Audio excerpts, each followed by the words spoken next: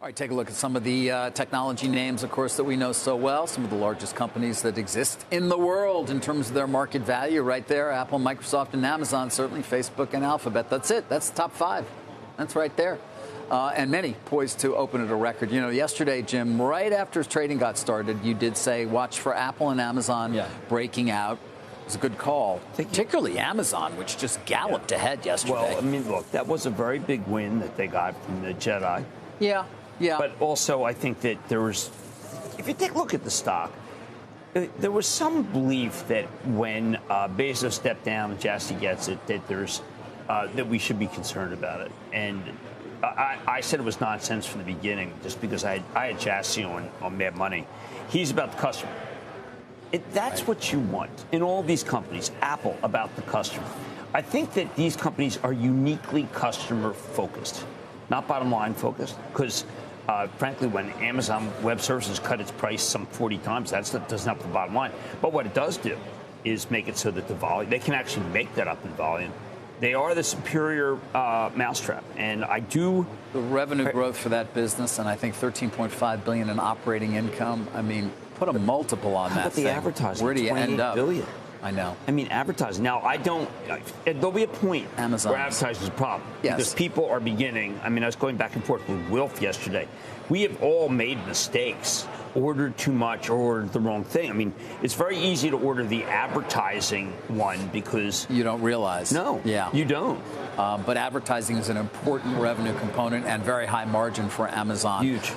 You mentioned the Jedi contract. Of course, that's something we had followed closely for quite some time. Remember, it was that $10 billion contract going to be awarded for cloud services by the Department of Defense. It looked like it was going to be Amazon's. It was given to Microsoft. Amazon said no. There was questions about the Trump administration and the president at that time, his antipathy for Mr. Bezos as a result of his ownership of the Washington Post. Anyway, the contract's wide open again. It's not going to be re-awarded until 2022 or so. I thought that was shocking, frankly. I mean, it's basically just saying, you know what President Trump was doing with Amazon was all about kind of how Amazon fleeced the post office. Remember that? Yeah. I mean, that was his thing. The post office, they were fleeced by, of course, it was an arm's length deal, but it didn't matter. Amazon did well. So he decided to bash Amazon. And then I think that, I don't want to say the Defense Department wasn't totally under his thumb, but there was a belief that you don't cross that president. Right. I mean, now is that also wrong to say? Also, the world has changed so quickly in the time it took them to award it, and then the litigation that was following, that they have different needs as well. Many people expect, Jim, that when this is re-awarded, it's not going to be to one company. It could be to a group of the companies that provide cloud services and do it in different ways. You know, when I look at that move up in Amazon stock price, we should point out Bezos now worth $211 billion. $211 billion. See, he's bigger than most countries. What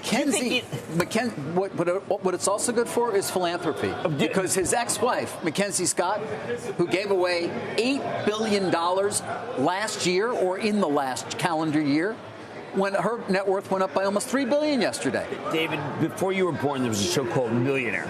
Yeah. And people would wake up, there'd be someone just give you a check for $1 million. She is giving checks to foundations that she feels were hurt by her company. $8.5 billion less than a year. Her net worth went up just yesterday by $2.8 billion. It's around $64 billion. Mackenzie Scott, by far the most charitable single person in the world right now. Yeah. So that's a good thing, I suppose, for philanthropy every time that stock goes up. It is, but at what point do we start investigating the billionaires, as we did before? Now, the last time we did it was because we had a Great Depression. Well, $211 billion is a number that's hard to get your head around, isn't it? As you say, it's larger than the GDP of many nations. When do people say these people are making too much money? Finally, real quickly, on Apple, any quick thoughts before we hit the break? I think that when you go back and you look at the bottom in Apple, which was at